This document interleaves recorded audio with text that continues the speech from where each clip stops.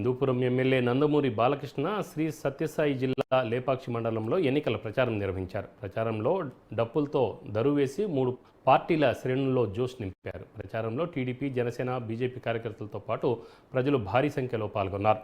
కూటమి ప్రభుత్వం ఏర్పడగానే దళితులకు 2 ఎకరాల భూమిని ఇస్తామని బాలకృష్ణ తెలిపారు.